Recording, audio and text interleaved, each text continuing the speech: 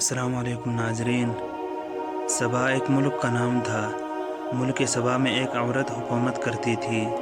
کہا جاتا ہے کہ ایک مرتبہ حضرت سلیمان علیہ السلام کا دربار لگا ہوا تھا۔ اس دربار میں ہر قسم کے چرند پرند موجود تھے، لیکن ان جانوروں کے درمیان ہدہد موجود نہیں تھا۔ حضرت سلیمان علیہ السلام کو ہدہد کے حاضر نہ ہونے پر کچھ پریشانی ہوئی۔ وہ چاروں طرف نظر دوڑا رہے تھے اور ہدہد کو تلاش کر رہے تھے۔ اچانک ہدہد حاضر ہو گیا۔ حضرت سلیمان علیہ السلام نے دیر تک غیر حاضر رہنے کی وجہ دریافت کی۔ ہدہد نے بتایا کہ ملک سبا میں ایک عورت حکومت کرتی ہے۔ وہ اللہ کے دین پر یقین نہیں رکھتی، وہ آتش پرست ہے۔ اس کے پاس کثیر فوج ہے، وہ عالی شان محل میں رہتی ہے۔ خدمت کے لیے بے شمار غلام ہر وقت حاضر رہتے ہیں۔ حضرت سلیمان علیہ السلام نے ہدہد کی باتیں غور سے سنی اور کہا کہ میں یہ جاننا چاہتا ہوں کہ جو کچھ تم کہہ رہے ہو سچ ہے یا جھوٹ۔ چنانچہ آپ نے ملکہ سبا کے نام ایک رقعہ لکھا۔ آپ نے سب سے پہلے بسم اللہ لکھا اور یوں تحریر کیا، یہ خط سلیمان کی طرف سے ہے۔ میں اللہ کے نام سے شروع کرتا ہوں جو سب سے بڑا مہربان اور بہت بڑا رحم والا ہے۔ تم اپنی سلطنت پر غرور اور سرکشی نہ کرو۔ پہلے تم اللہ کی فرمان برداری کرنے کا عہد کرو، پھر میرے پاس چلی آؤ۔ آپ نے خط ہدہد کے حوالے کیا اور بولے کہ یہ خط اس کے سامنے ڈال دو۔ ہدہد نے ایسا ہی کیا۔ ملکہ نے خط اٹھا کر پڑھا اور درباریوں کو پڑھ کر سنایا اور ان سے رائے طلب کی کہ اب کیا کرنا چاہیے۔ دربار میں حاضر تمام لوگوں نے ایک رائے ہو کر کہا، ہم طاقتور ہیں، اس لیے خوفزدہ ہونے کی ضرورت نہیں، ہم سلیمان کا مقابلہ کرنے کی طاقت رکھتے ہیں۔ ملکہ سبا نے کہا، یہ تو ٹھیک ہے، اس میں کوئی شک نہیں، ہم کمزور تو نہیں ہیں، لیکن ہمیں سوجھ بوجھ سے کام لینا چاہیے۔ ان سے دوستی کا ہاتھ بڑھانے کے لیے میں تحفے تحائف بھیجنا چاہتی ہوں۔ اگر انہوں نے ہمارا تحفہ قبول نہ کیا تو میں سمجھوں گی کہ وہ پیغمبر ہیں۔ پیغمبروں کو مال و دولت کی ہوس نہیں ہوتی۔ اگر انہوں نے تحفہ قبول کیا تو میں سمجھوں گی کہ وہ صرف بادشاہ ہیں۔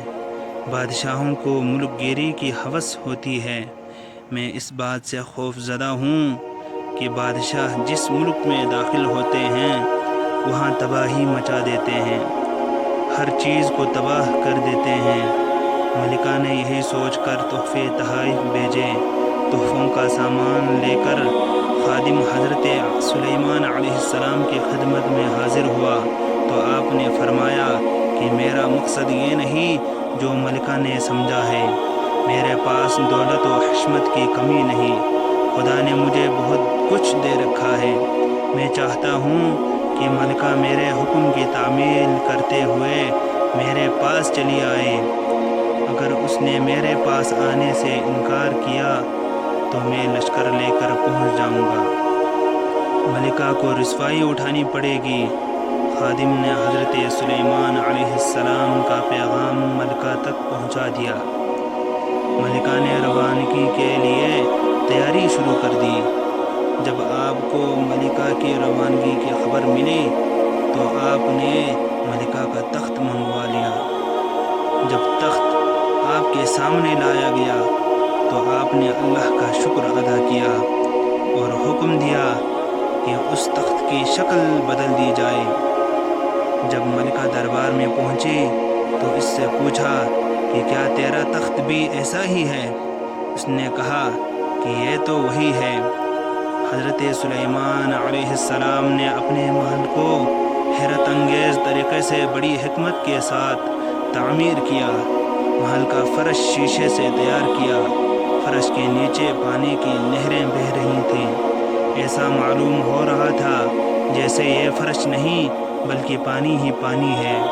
جب ملکہ سبا محل کے فرش پر پاؤں رکھنے ہی والی تھی کہ پیچھے ہٹ گئی اور اپنے پائنچے اوپر چڑھا لیے۔